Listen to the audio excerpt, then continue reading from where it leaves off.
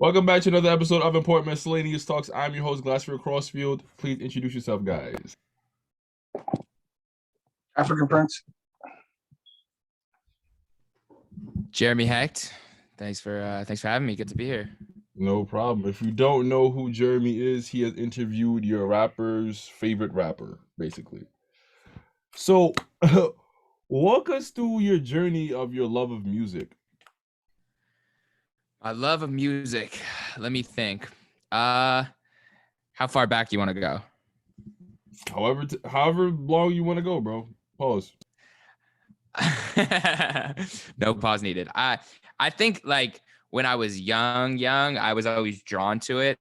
And it's funny because I've recently been saying that I'm trying to go back to things that I was naturally drawn to as a kid and trying to like really be in touch with my like inner child more, like whether it's, music and certain things, or, basketball or drawing or certain creative things I was kind of always drawn to, but music was the strongest. Like I remember, I would sing karaoke as a kid.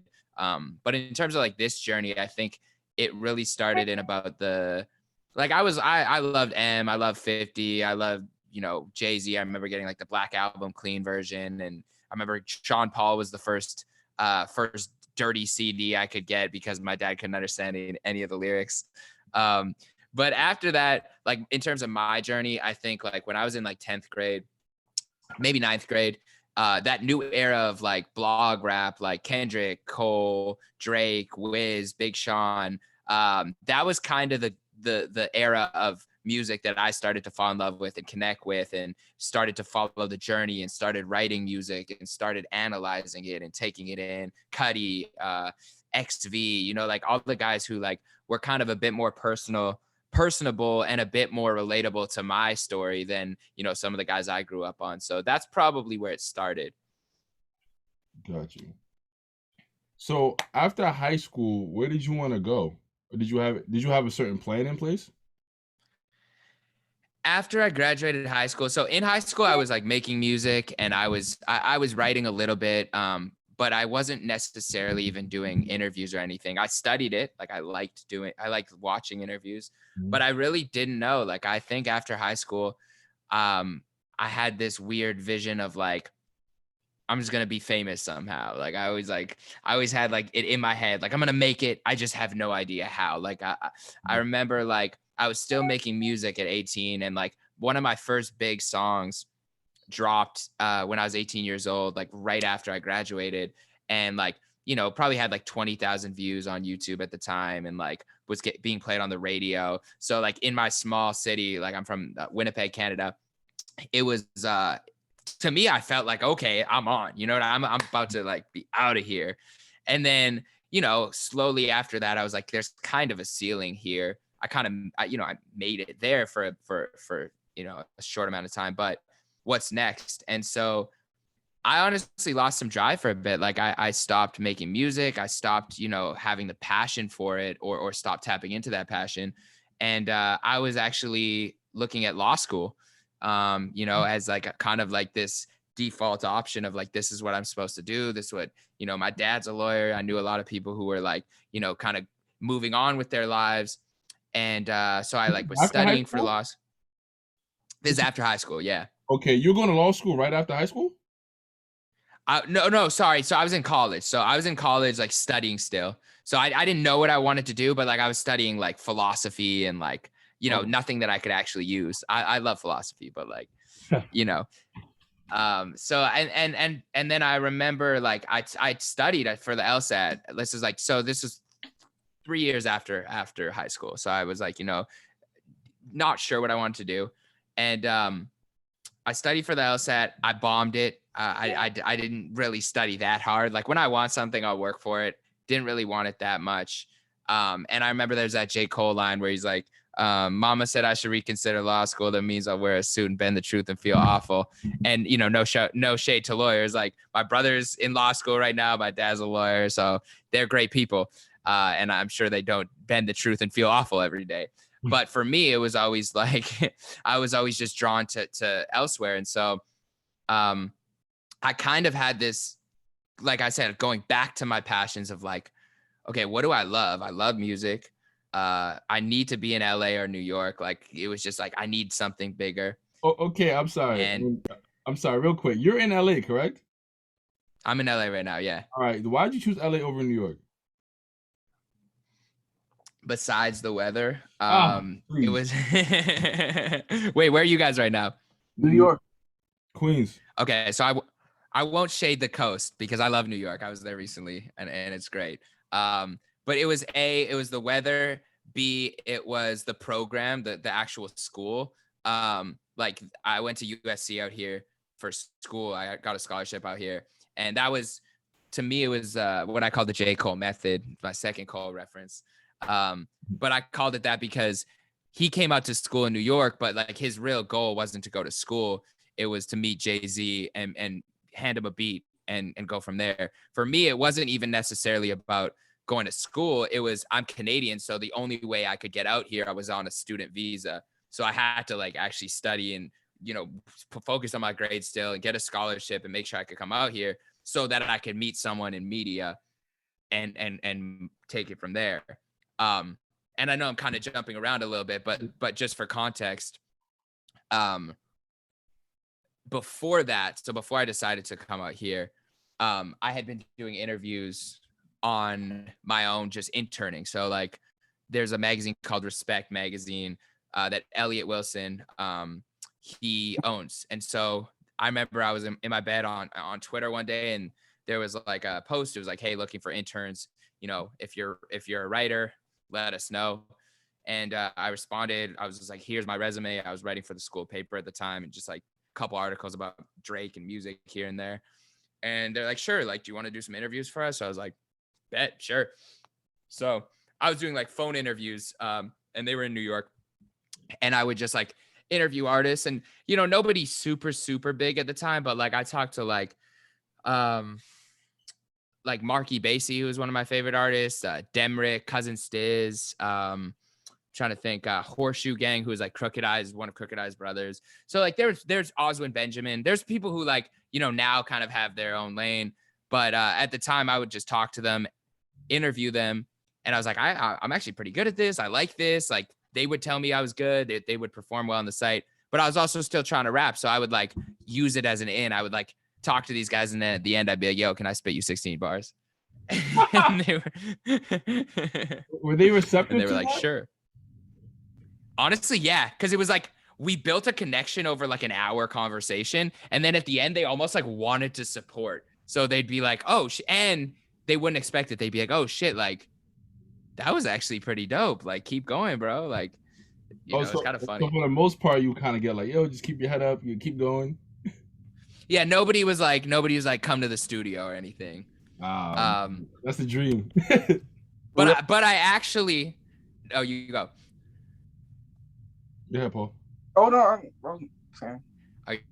No, but it was funny because I actually, that happened to me when I first moved to LA. So I got into school here, and I was like, I'm gonna make it here. I'm gonna find somebody, find a way in. Again, I always had this what I call delusional confidence of like, I knew I was gonna make it. I knew I was gonna be where I'm at or where I'm going, but I didn't know how. So I was still making music, and not to say that I don't make music still, because I do, but I was still like pursuing rap as like my number one goal. And media was kind of like right there with it. They were probably like battling for the top spot. And right when I moved to LA, like not even like a month in, I was at Complex Con, and Camron, I went alone, and I didn't know anyone here. So I like just kind of went. I was like, this is cool. Went to Long Beach, and Camron is sitting in a chair by himself at Complex Con, chair of Four Locos. He was like sponsored by Four Loco. Sitting in a chair. No freaking way, bro. It's actually solo. Go ahead. No, what's up? Nah, cause like we're actually advocates of the brand, and we would like to be sponsored by them one day. I kid you not, I wrote it down that it's gonna happen. So, go ahead. Yo, this might manifest it. Four Loco, if you're listening, this is not for real. This is about to happen. So anyways, I walk up to him, and I'm like, no one's talking to Camron. Like, this is kind of weird. Like Killer Cam, Dipset, nobody knows. So I like walk up, I'm like, and I happen to run into like one of the few people I met at some random Spotify networking event like the week before. And I was like, yo, can you film this for me? He's like, sure. And I was like, yo, Cam, can I spit for you? And he was like, he like looked me up and down. He's like, sure. Like, again, like, it's like, I've looked the same my whole life. Like I was maybe even like looked more white, if that's possible. And so I rap for him. I like spit 16, and he paused and he was like, and he like dapped me up. He's like, that was dope as fuck, bro. He's like, okay. Like, he's like, you know what? He's like, where are you from? I'm like, Winnipeg, Canada. He's like, I know Winnipeg. Like, I have a line about it. I'm like, I know. And he's like, what are you doing out here? I'm like, I'm going to school. He's like, you're going to school out here too? USC? He's like, you're smart and you're from Canada and you look how you look and you can rap. He's like, you know what? Take my number. I was like, all right. So Camron gave me his number and said, let's hit the studio this week. I want to introduce you to some people. Like, let's work on something.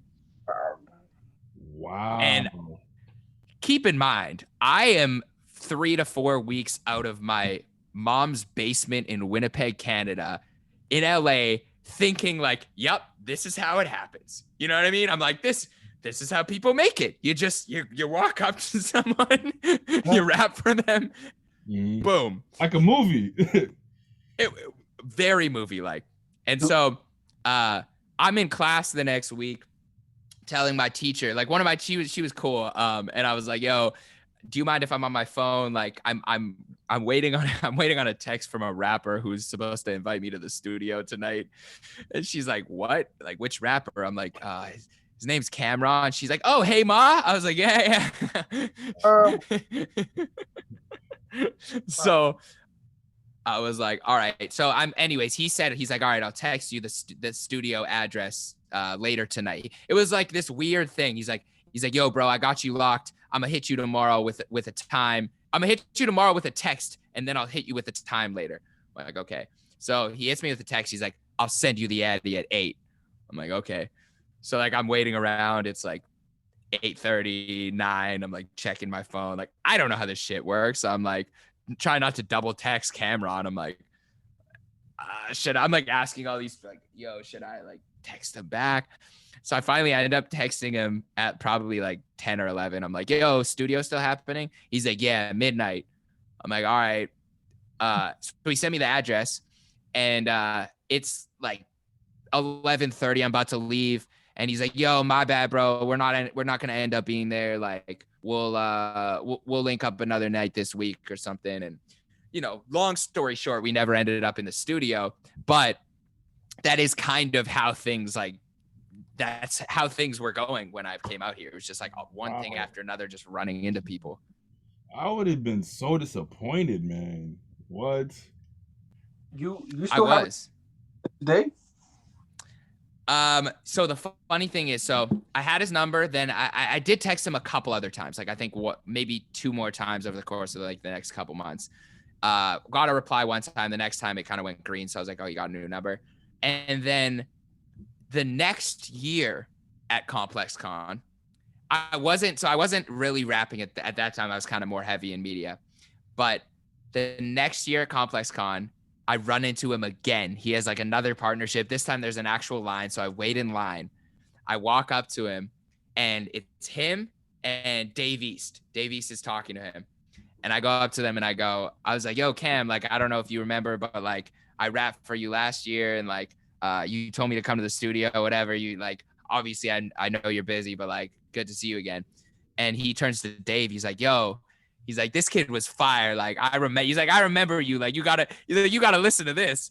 And like, Dave wasn't really paying attention. He was like kind of talking to his friend next to him. But he's like, all right. So I think I rapped the same verse because I hadn't written anything new. Like I told you, I wasn't really paying attention to rap that much. So I think I rapped the same verse. I wasn't even prepped for it. And Cam looks at Dave and he goes, yeah, he was kind of better last year. I'm not going to lie. Wow. Wow. It's the same verse? Same verse, bro. Wow. So anyways, he did give me his number again. He gave me he's like, yo, take my number, take my new number. Like, we still got to link up, but never happened. So whenever I interview Camron, it'll be a funny story. Wow. Do you still remember that verse? It's a good question. I probably remember the first couple of bars if I think about it. It was they say where the hell you been at? Man, it's been so long since I went off on a beat, so I'm back with the rapping. In fact, if you ask if I'm whack, I'm like, dude, are you talking to me? Seems like everybody's putting shots up, but they all miss just past the mellow. And I got Asian and black girls that love me, so I just call that black and yellow. White boys, so they in love with the cocoa. You may not know about me, but I'm guessing that your hoe knows. Any that's about me that you have, you should hold those. Only time I'm posing is for Instagram photos, yeah. So they taking a pic. I'm always me, never faking a bit. I know people used to hate before they knew me, but it's getting really hard to hate. Nah, I mean, listen to the flow though, yeah. It was something like that. I there was probably more to it, but So use a flow. Okay, I like the flow for sure. Oh. I mean, that was 2016 bars, so but thank you. Got you. How'd you get your start at Hip Hop DX? So it was when I moved, so I moved out. I like I said, I was like doing all this stuff, trying to rap still. But my main start in media came in a very similar way. This is why I say, like, I can't even make this shit up. It was like very much like, to me, felt beyond me. Like I was there was a charity basketball game at my school's gym, and it was halftime. I saw it on Instagram. I was like, I think I was like writing or journaling or writing a blog post or something in the library. I scroll and I see like there was a charity basketball game hosted by Power 106.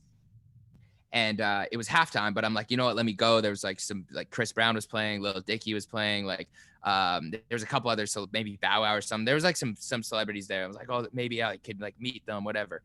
And so I snuck in. No, sorry. I scalped a ticket at halftime for $5 from somebody on the street. I like met some dude on the street. I was like, yo, you want to come in with me? He like snuck in, and you can like walk through the like the scanners, and somebody can like walk in at the same time.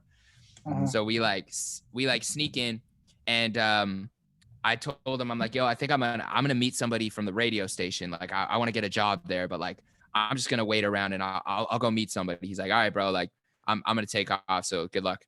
I'm like, okay. So I remember very clearly the moment of like seeing sign, and I think I still have the ticket.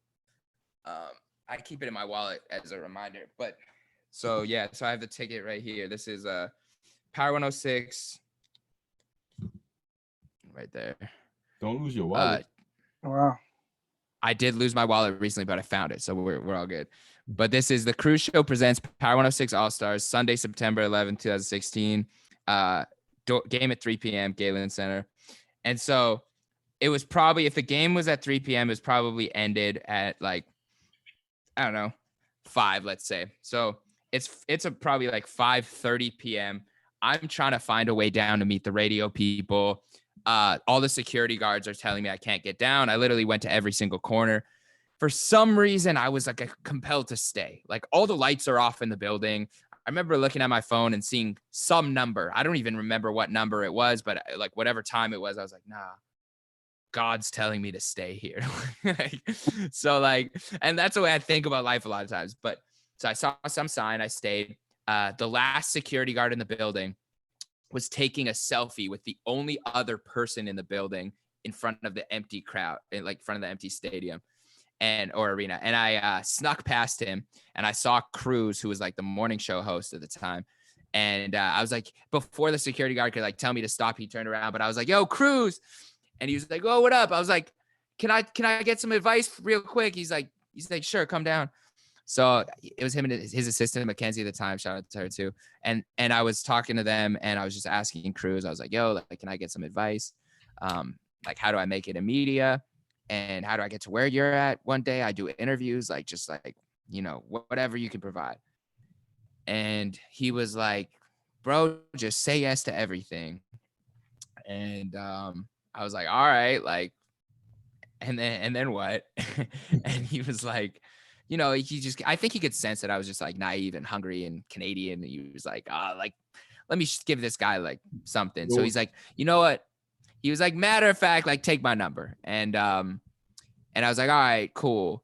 And this was after the Camron thing, I believe. So I think I was like jaded, and I was like, oh, is he actually gonna text me? Like, is this gonna be another like what I call the LA pump fake, where you like someone reaches their hand out and then pulls it back? And I got a text from him the next day, and he was like, hey, come to the studio.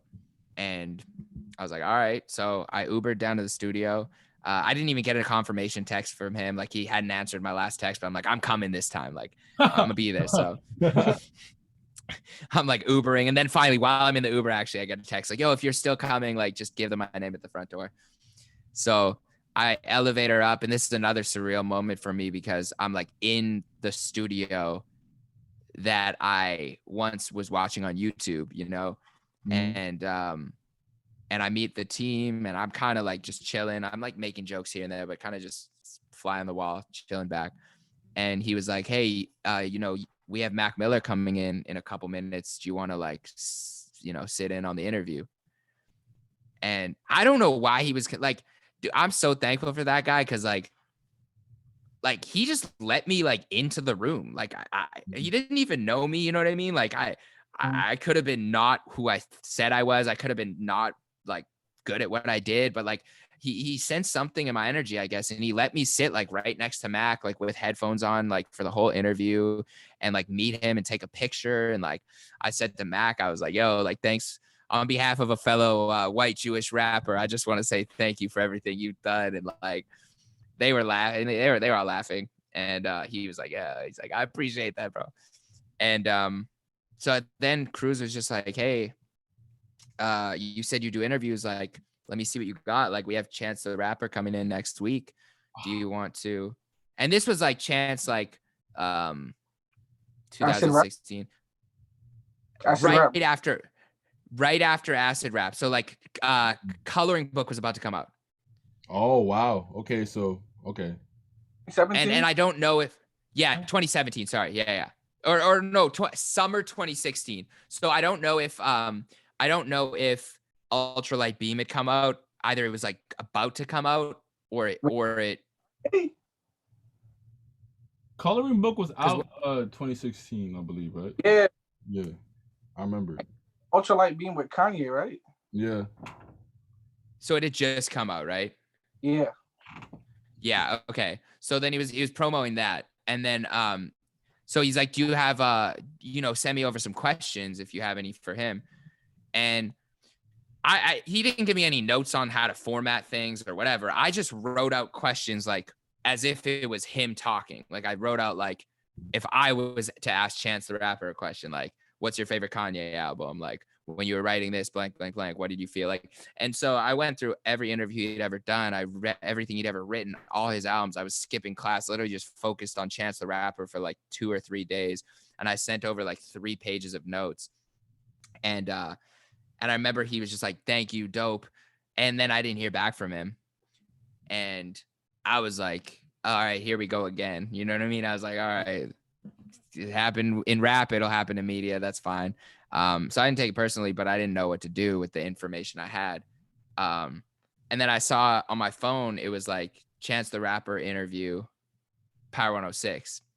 And I got the notification. So I watched it, and I was like, oh, shit, they used some of my questions. Like, this is dope. Like, I was like, oh, I felt like I'm asking Chance the Rapper a question, you know? And I didn't really know what to do with that though. Cause then after it set in, I was like, all right, but I had my foot in the door. Why didn't they have you present at that interview? I don't know. And at the time I was like really confused. I was like, well, why didn't they invite me back? Like, I would have been there. I would have wanted to meet him. At the time, all I was like, that would have been a crazy Instagram picture. Like the Mac Miller Chance the Rapper pics back to back would set it on fire for the gram. But back home, they're going to think I'm cool. No, but so I think I wasn't sure. And I was still searching for validation at the time. But it was funny because like I didn't really know. And then later on, I found out. So like, they weren't allowed to have people in the studio who weren't technically working for them or interning or like getting college credit, because like it was like legally you have to do something like that. So I ended up applying for their internship. Like I texted Cruz a couple more times and he had a baby and he was busy, so he didn't hit me back right away. But at the time I was like, all right, let me just apply for their official internship and like maybe they'll remember me. And so a few months pass. Excuse me, it's probably like February or something like that. And I get a call from Power and they were like, hey, do you want to, we got your resume, like, we obviously remember you from the charity game. Like, do you want to come intern for us? And I was like, sure. They said it's early. They said you have to be at the studio every Thursday, Friday for 5 months, and it's going to be 5:30 a.m. start time. And and it was going to take me an hour to get there. So like I'm waking up at 4 a.m. on every Thursday, Friday for that whole year. And I was like, yes, sure. So I end up being their intern, and I kind of just kept, like, I had to keep proving myself and keep carving my lane and keep showing that I was valuable. Like, that's a lesson that I took away, where it's like, it's about consistency. It's about making a way that they need you. And sometimes it's taking it into your own hands and just like giving people something that they didn't even know they needed before they need it, or before they even realized it. So like I started giving them questions for every interview, and I just would do that on my own. Like I was like, this is what I'm good at. This is my skill. I'm a good researcher. I know what these people have said in the past. I know They wouldn't ask you for the questions. You would just go out and give it to them. It happened. So the first one was on my first day there. It was my first official shift. Migos were in the next day. So, and this was Bad and Bougie Migos. Childish Gambino just shouted them out at the Golden Globes, and Bad and Bougie went number 1. So it was going to be a big interview. And I don't know if you guys remember when they did that, like that Llama Llama Red Pajama freestyle. So that was that day when they were in there. But they basically, they called me in. My job as an intern, like my literal job, was post on social media every once in a while from the show, take calls, like answer calls and be like, hey, you're caller number 106. You're the winner. Caller 1, caller 2, caller 3, caller 3, caller 4, and get coffee. So those are my job titles. But every once in a while, they'd ask you to help out with other things. So first they were like, hey, and not to say that any of that was bad, because you're in the room, you're soaking up game, you're learning, I'm talking to these people, I'm seeing artists. So like all of that is dope too. No shade to the way that the internship works. But I was like, how do I make my mark? So they're like, hey, we have Migos in. Can you take some notes? And can you just let us know like what we're talking about the next day, and just like give us a sheet that said like, from this brainstorm session. They asked me a couple things like, what do you think we should ask? But I remember sitting in the room afterwards, and I stayed there for another 2.5, 3 hours typing out all of my questions too. So like I went and did more research. I made like 2 to 3 pages, same way I did with Chance. And I wrote it in my own words, like for him, but I was writing for Cruz. It wasn't like I was writing like how I would ask it. I kind of understood his interview style, and I was like, he could get away with this joke. I can't. So I'll put that here. I'll put that up top. I'll order these questions in a row. And I remember the next day, I just handed them the sheet. I was like, hey, by the way, I wrote some extra questions just in case you need. And that was a script they used for the interview, so they just went off that. And I was high as fuck because Quavo handed me a blunt on my first day at the office. And I couldn't say no, and I hadn't eaten. So I was just out of my mind. If you look in the interview, you could see me in the back, like just like zonked. But from there, I just kept doing it, like I hear Big Sean's coming in.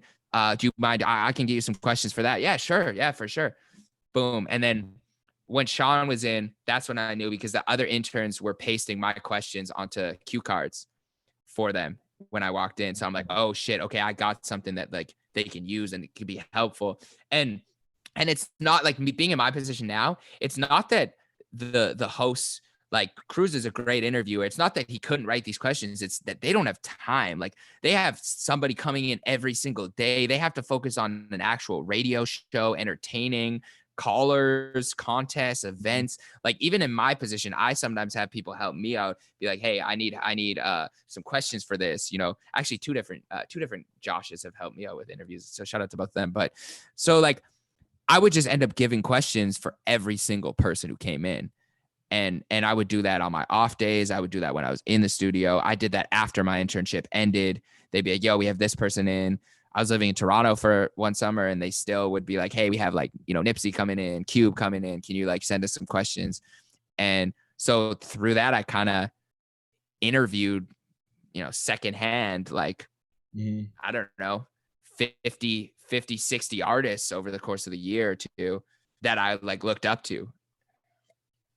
Which one were you like blown away by, starstruck by? In terms of star power, Big Sean at the time was probably one that I was like, oh shit, like this guy, like you feel it. There's only a few people who I think I would say you feel their energy. Big Sean was one. That was finally famous Big Sean? That was I Decided. So that was 2017. Okay. It was like he was like with Janae, like Iced Out, and again, those are people who I listened to growing up, so that's why it was like meant something. Snoop Dogg, I helped out with a Snoop interview, and his energy is crazy too, where you just like feel it. You're like, you walk in a room, everybody stops. You're like, okay. I don't know that I don't think I had the chance to meet Nipsey, but even watching back his interview, you could tell that he kind of had that presence. But yeah, those two are, and honestly, Migos on that first day, because that energy was like, it was like they were stars, you know, they like freshly realized that they were like about to pop off, and you just felt that too. So what do you think is the biggest piece of advice you would give to someone who's trying to make it to where you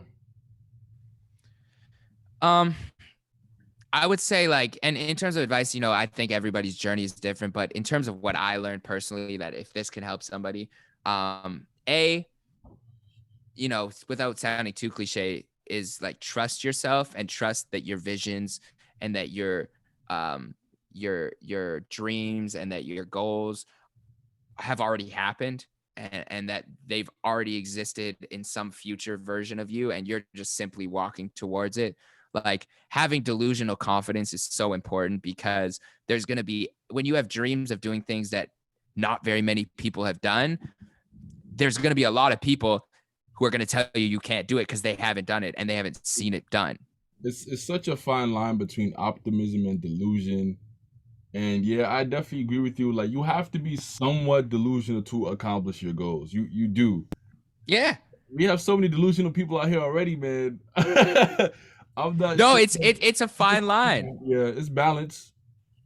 It's balance. And like I always say with Kanye, why he was such a big inspiration to me is like, you know, growing up, I would see this guy talk about things and then do it.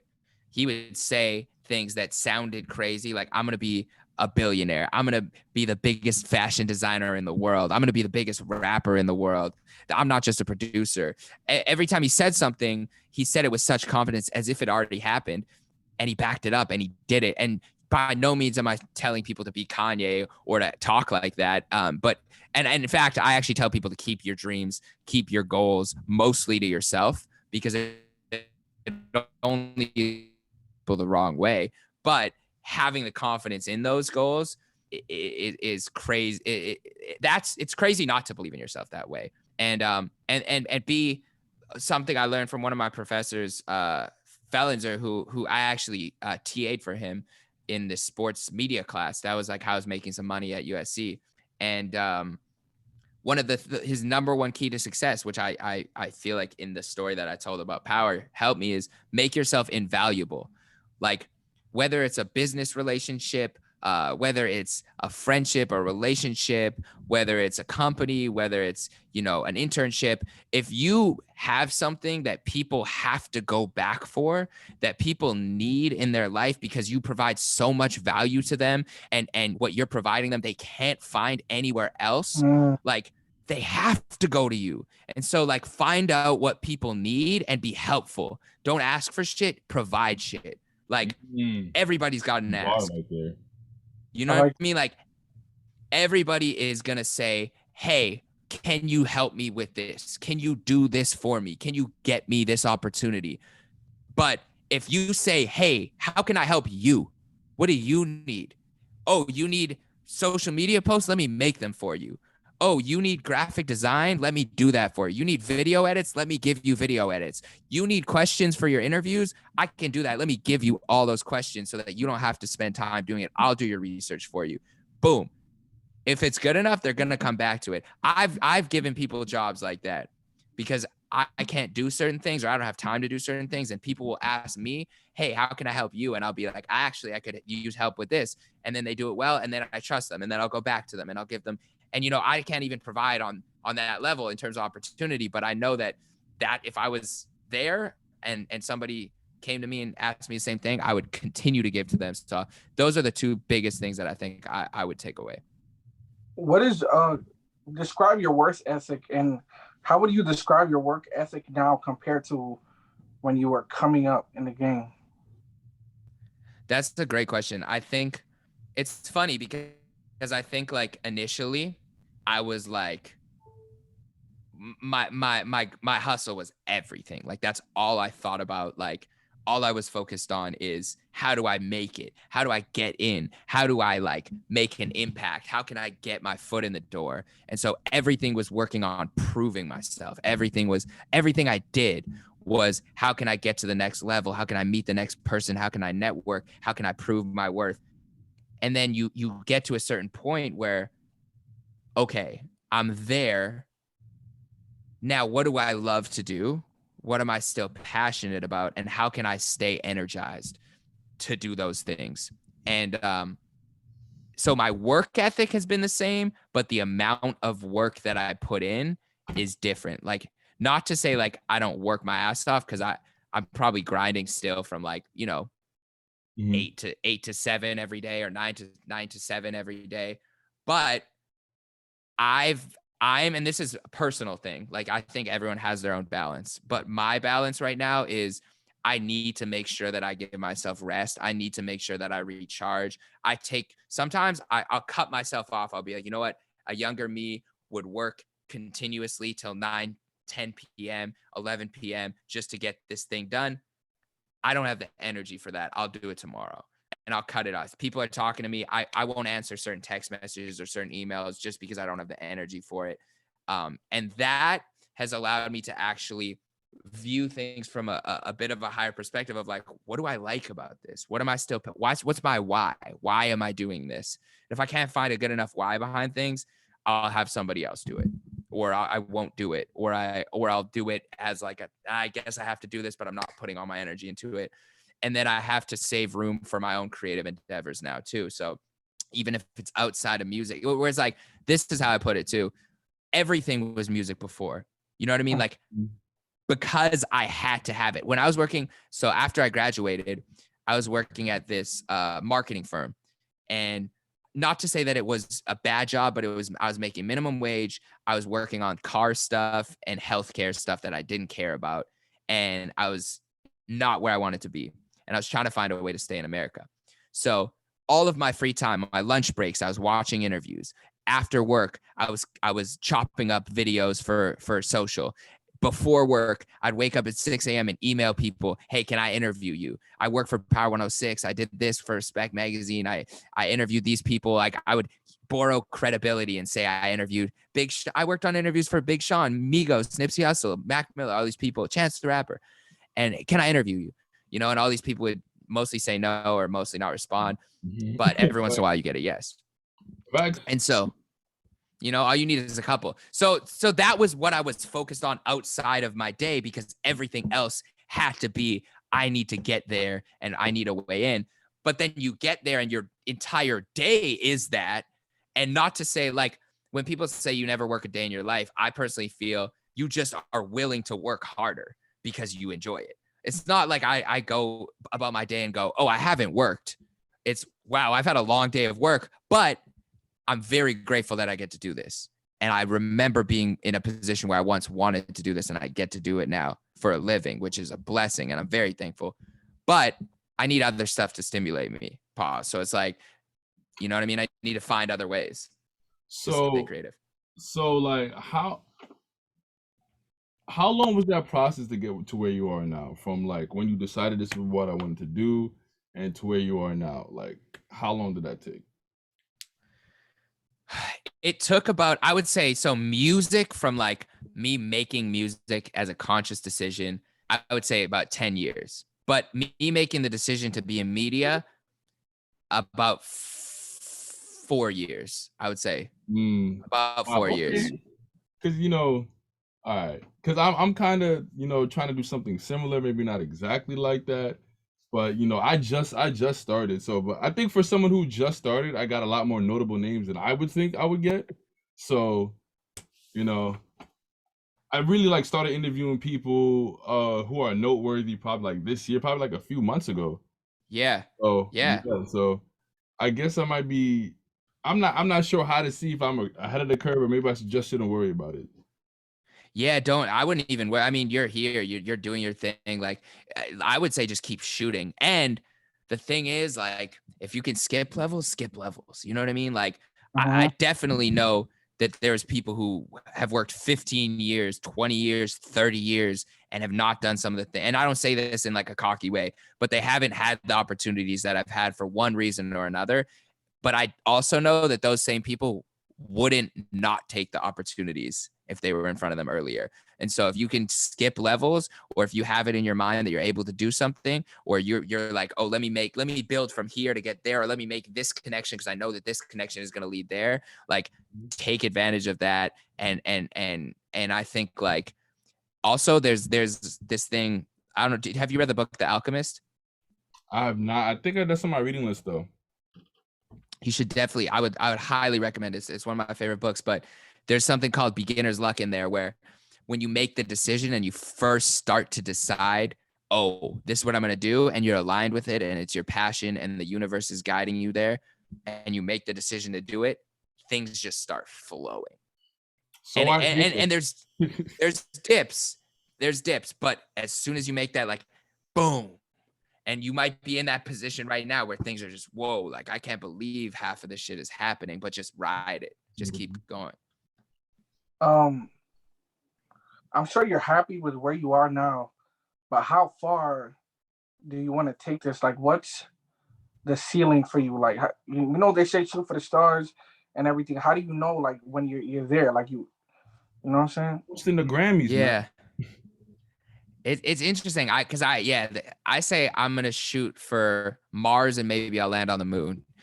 Like, I'm gonna shoot and actually I didn't think about it until somebody, Charles Holmes, his name is, he used to write for Rolling Stone, and he writes for The Ringer now. But I remember I emailed him early on, and I was asking people for advice in the same way. I was like, what advice would you give to somebody who's just starting out? And what he told me that stuck with me was, he said, dream way bigger than you ever thought you could reach, because you're going to start reaching your shit quicker. And once you realize it's not about the goal, it's about the journey of getting there, you're going to feel stuck. So, and it happened. It started happening. I remember, like, the only thing that I ever wanted when I started in media was to interview my favorite rappers and impact the culture that I love, that let me in. And if I could start conversations and tell stories that people wanted to hear, and inspire people, I did my job. I accomplished my goal.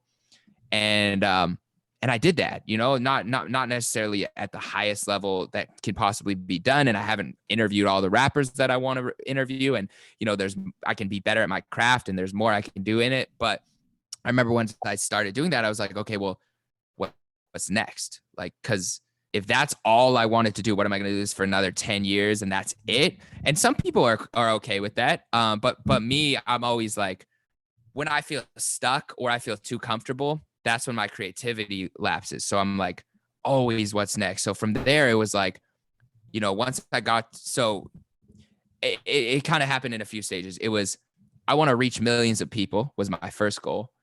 And then from that marketing job that I was in, same way as you, I was just reaching out to people for interviews. And one of the people who I interviewed was named Michael McCrudden, who runs Before They're Famous, a YouTube channel with 3 million subscribers. And when I was at that marketing firm, he reached out and he was like, so I interviewed him and he was like, yo, and there's a clip of it, like on the interview. He goes, yo, you're a good idea, man. You got good ideas, man. Like you're creative. Like we got to get you on the team sometime.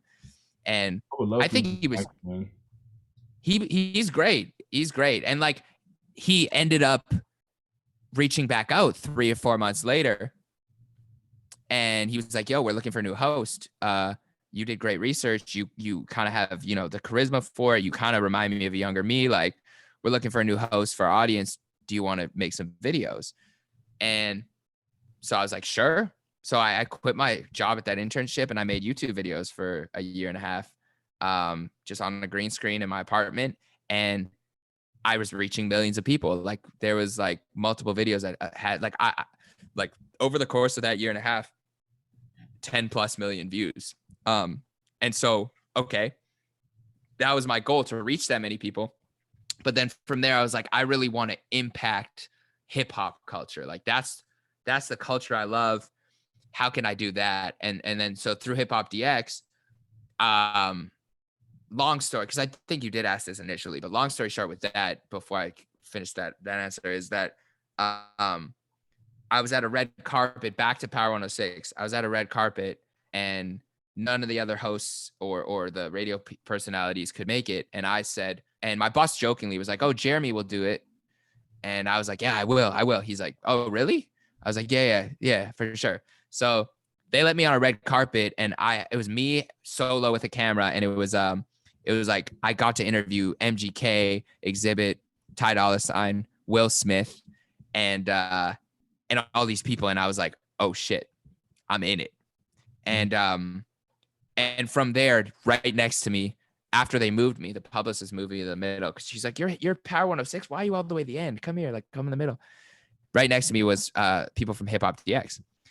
And so I got their Instagram. Shout out to Pro. He was the videographer at the time. He kind of kept seeing what I was doing on Instagram with Before They're Famous. And he was like, yo, we should meet for lunch. And so we met for coffee. And he was like, oh, like, how can I help out with that? How can I help out with Before They're Famous? And I was like, how can I help out with Hip Hop DX? And I was like, I have this script. It's about Drake and Trey Songz and how Trey Songz actually put Drake on in America. Nobody knows about this. He's like, all right, like send it over. So I sent it over. He did a VO to it, edited it. Like I sold it for like $75 or something. And I was just going to put it on my own YouTube. And he was like, and the video blew up. It got like 700,000 views. And so from there, they kind of, same thing. I just kind of kept providing value. Like I would like ghostwrite questions here and there for one of their hosts. And one of the hosts couldn't show up one of the days when Jeezy was in, young Jeezy was in for an interview. And I was like, let me do it. And they're like, I don't think so. Like we might as well just reschedule. The editor couldn't come in. The other interviewer couldn't come in. None of the writers were there. I'm like, bro, I wrote all the questions. Just let me do it. Like, what's the worst that could happen? Man, we were freaking prepared. You were waiting for an opportunity. And persistence. Yeah, luck. Luck is when preparation meets opportunity. And it's like, I was prepped. There was an opportunity. I'd been waiting forever for that. Like anytime there was an artist in the office at Power, I had a question ready in case. And I never asked for it. I never said like, hey, can I ask something? But just in case the mic got passed my way somehow, I always had one question. But this time I had all of them, because I was like, oh, I literally wrote out all these questions and the person can't ask them. I wrote them. I can ask them. So long story short, I end up doing the interview and that goes viral. First interview I ever did for them. It was like Breakfast Club, Genius, Def Jam, Complex. Every outlet you can name reposted the story of Jeezy talking about how Kanye, how his ad libs ended up on Kanye's Can't Tell Me Nothing. And it was all just because I was curious. Like it was a question, like as a fan, I wanted to know that. And so back to the original question. So once I had started doing that on a consistent basis and impacting the culture in terms of conversations and, you know, sparking some of these, and like my peers, people I looked up to, so some people I idolized growing up were like reposting me or being like, yo, this is dope, or, you know, giving me props. That's what I did it for. I didn't do it for millions of fans. I you know, like I said, I kind of had the audience side of things. My next goal was like, I want respect in hip hop. That's what I love. That's the culture I love. That's what inspired me. And so once I got that, it was like, okay, what's next? And I remember writing this down, and I was like, I wrote down, I want to make a documentary. I write things. Another thing I learned is I write things down as if they've already happened. So when I write down goals, it's like, I have done blank, or I will do blank. So it's like, I will produce a documentary for one of the biggest artists in the world about a specific album or time period and sell it to a streaming service for 6-7 figures or something like that. That's what I said in my notebook. And 4 months later, Atlantic Records hits us up and says, hey, we have a bunch of this, a bunch of footage from Taylor Gang, from Wiz Khalifa from 2009 through 2012. Can you make something with it? We just want a mini documentary. And I was like, yeah, sure. And, you know, crazy enough, it was literally like, I kind of like stopped thinking too much about that goal, but presented itself. And then, long story short, we ended up getting Wiz Khalifa to be a part of the documentary, interview him in his studio. We get Snoop Dogg, we get Currency, and now we have this half-hour documentary that's dropping, executive produced by Wiz Khalifa himself.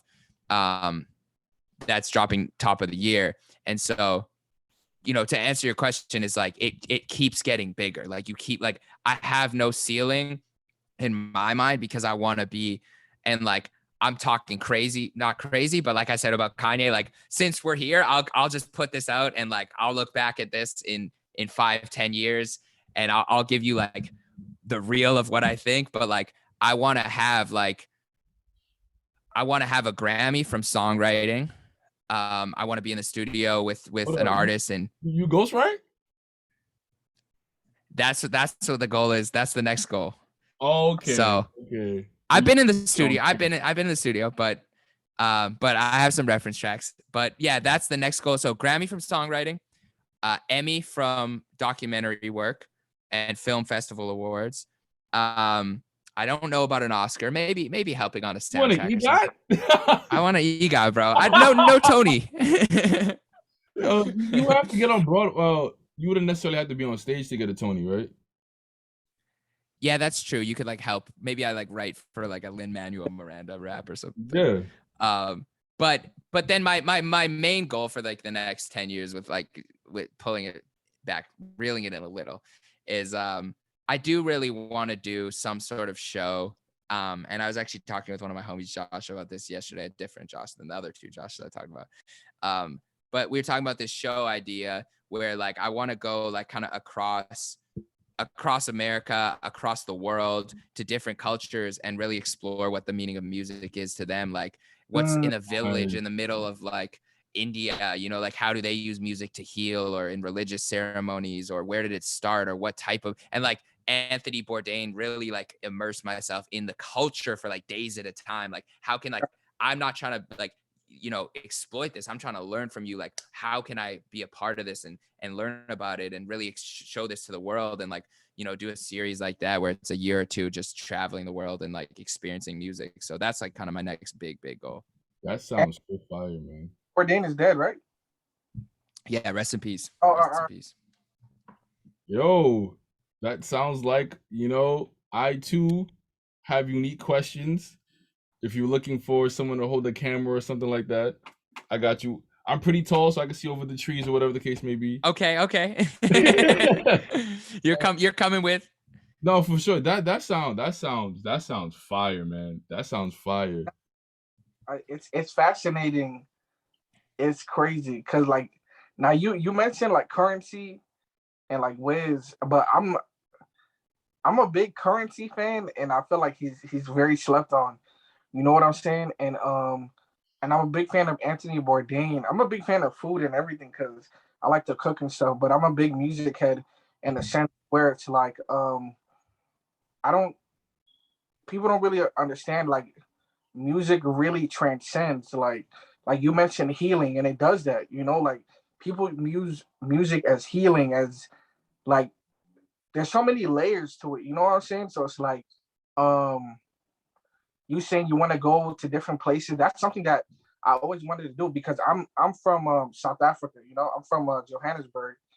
And then, you know, my family we migrated to New York. So it's like um I see music so much differently with my African heritage, especially, you know, with, you know, Africa, you know, instruments and you know, big choirs, a cappella and stuff like that. And then coming to New York and, you know, so I'm like, I'd say like I'm like he'll tell you himself, like I'm a big music connoisseur. Like Mhm. Yeah. not just rap, it's jazz, it's blues, it's opera, Yo, it's you know what I'm saying? what'd be fire, Jeremy? You drop a single on each continent within that culture. Whoa. I'm an Whoa. idea guy, man. Don't do You this. have a producer credit. You have a producer credit from now on, I'm because an idea that's about guy. to happen. You can And get it. You can get an Indian beat, an African beat, an Australian beat, and just Yo, that would be blow. crazy. Global album, literally. because that's what That's that A Boogie tried to do on that international album. Art I international artists, yeah. international artist where he was working oh with yeah. different telling you I'm an encyclopedia when it comes to music. Um and I also play music myself. So like, you know, piano, drums, guitar and stuff like Yeah, yeah, that. yeah. So it's like to me like I love Just Blaze because Just Blaze when he produces he does a lot of live instrumentation, you know what I'm saying? Like he does live um like that's like to go from continent or country to country and meet fellow music heads or music lovers and research music, that's like that's genius. Like that's really genius. Like OD. Yeah, man. I love that. Thank you. Thank you. Yeah. Yeah, no, I love chopping it up with you guys too. And you know, I you know, appreciate the time and you guys having me, being interested in my journey at all. You know, I don't take any of that for granted. But like in terms of you guys, like what made you want I can't help but like flip the interview a little bit. But like what made you guys want to start the show and like how, you know, what inspired you guys to do this? What inspired? Well, I used to be on a podcast before. Shout out Marcus. And like I just wanted to do my own thing. I always wanted to take things in a certain direction, and I wanted to try things out for me. I want to have the final say in something basically. So nobody can really tell me what to do. Nobody can, if I want to do this way, this is how we're doing it. I want to try things my own Yeah. way. And I always thought like I always had the ideas. I just wanted to put it in motion. So I always, and me and him, we talk on the phone like all the time. So it's like everything we talk about on the phone is like, yo, this could be a podcast. This could be a podcast. Yeah. This could be a podcast. And I'm a writer too. I got a degree in journalism. So it's like I would talk about my blog topics, but also relate to like good podcast questions. So it's like, yo, let's just start it. And you asked me what made us want to interview you? No, just what made you want to like do this podcast in particular? Yeah, and like I'm really interested in like people's origin stories. Hmm. So how did you get to where you are? I'm always really interested in that. So that was another big reason. But I kind of transitioned because I used to do like, well, I still do like a lot of topical things. Like if you, I'll send you the link later. But like I do like Yeah. the podcast called Important Miscellaneous Talk. So it's literally like miscellaneous. So that incorporates everything. We had an episode about superheroes, episodes about religion. We do a lot of like relationship topics. So, but recently I kind of been like really like over the past like 2 months or so, 2 or 3 months or so, I've been really focusing on like doing the interviews with people of interest. That's fire. Well, I'm excited for you guys and the journey, and I feel like, you know, you guys both have dope energy. So I'm excited to And I see always where it find it goes. would be interesting to interview someone who interviews others. Yeah, it's funny because I actually have trouble with it. Like I'm usually, not to say that I don't, like, this is the most you'll hear me talk about myself in any conversation is if I'm sitting down for an interview specifically about that. I have trouble in conversation actually. Not to say that I don't ever mention myself, but I always flip it. Like people, like when I first got out here, I remember somebody said this to me, because I would ask people for advice, right? So I would be like, hey, can we grab coffee? I just want to pick your brain, like, and I would treat it like an interview, like how basically what you're saying, like, what's your origin story? How'd you get to Yeah, where I you're would, at? yeah.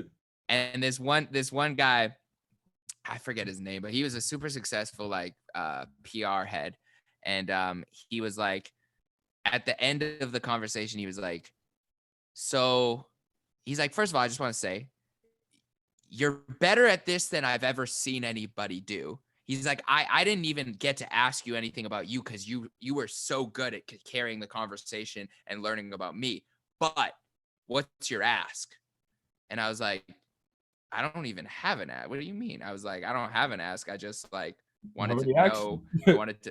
I wanted to build a conversation. So he was like, I'm gonna give you some advice then. Always have an ask. And it doesn't have to be big. It can literally be, who else should I speak to? Or, hey, can I meet this person? Or, hey, can I follow up with you next week or next month or whatever? Have something, because that way you keep the connection alive. Otherwise, you're left with, it really is just that interview, and it's great for my work. But in that sense, when I was trying to build, so all that to say, I actually don't normally divulge so much information. So it's almost like a vulnerable situation for me. So I appreciate it.